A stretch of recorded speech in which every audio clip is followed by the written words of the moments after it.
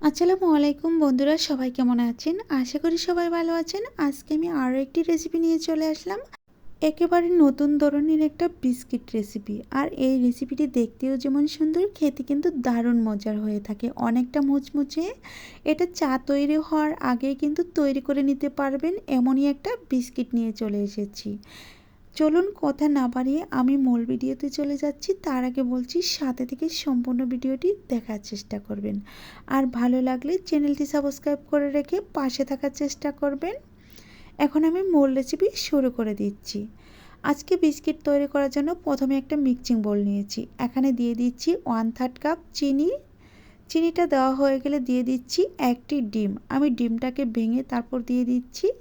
তার সাথে দিয়ে দিব 1/4 কাপ রান্নার রেগুলার তেল। তেলটা দেওয়া হয়ে গেলে এখানে দিয়ে দিব স্বাদ মতো লবণ।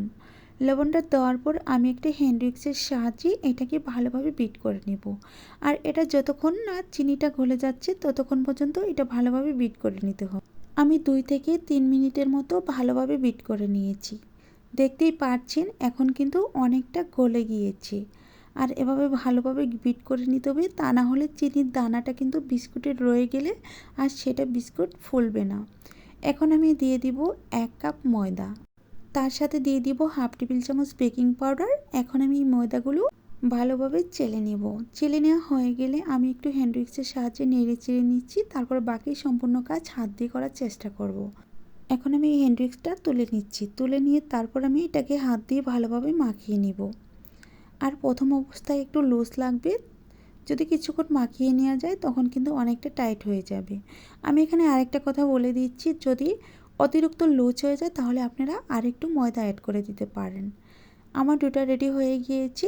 এখন আমি এটাকে বিস্কুটের পরিণত করে নেব। তার জন্য একটা বোর্ডের উপর তুলে নিচ্ছি। তুলে নেওয়া হয়ে গেলে এটাকে আমি একটা রুটি সাইজ করে নেব। আর রুটিটাকে 4 কোণাকুনি করে নিতে হবে। তার আগে একটু ময়দা লাগিয়ে নিচ্ছি। এখন আমি একটা বেলনা দিয়ে বেলে তারপর রুটি বানিয়ে নেব। আর দেখে একটু বুঝে নেওয়ার চেষ্টা করেন আমার রুটিটা কতটা মোটা হয়েছে। অতিরিক্ত মোটাও রাখা যাবে না, আবার একেবারে পাতলা করেও নেওয়া যাবে না। আমি 4 কোণাকুনি করে একটা রুটি করে নিচ্ছি। এখন আমি উল্টিয়ে নিচ্ছি। উল্টিয়ে নিয়ে তারপর আবার একটু ময়দা লাগিয়ে নিচ্ছি। ময়দা লাগানো হয়ে গেলে এখন আমি একটা ছুরির সাহায্যে 4 কোণা অংশটুকু কেটে নিচ্ছি। এই যে অসমান অংশটুকু যে আছে সেটা আমি কেটে নিচ্ছি। কেটে একটা সাইডে রেখে দিচ্ছি। পরে আমি এগুলো দিয়ে আবারও বিস্কুট তৈরি করে নেব। তারপর এভাবে বিস্কিটের সাইজগুলো দিয়ে দিচ্ছি। দেখেন আমি কীভাবে বিস্কুটের সাইজগুলো দিয়ে দিচ্ছি।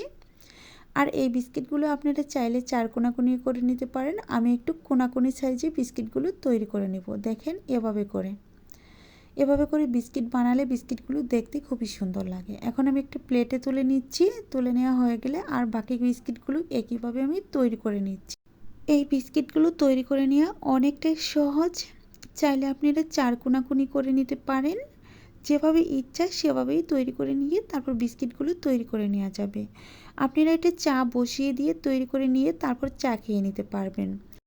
এখন আমি চুলায় চলে যাব বিস্কিটগুলো ভেজে নেওয়ার জন্য। চুলায় আমি আগে থেকে একটা ফ্রাই প্যান বসিয়ে রেখেছিলাম। আর এই তেলটাকে আমি মিডিয়াম আঁচে গরম করে নিয়েছি। আর সেই গরম তেলে একে একে সবগুলো বিস্কিট দিয়ে দিচ্ছি।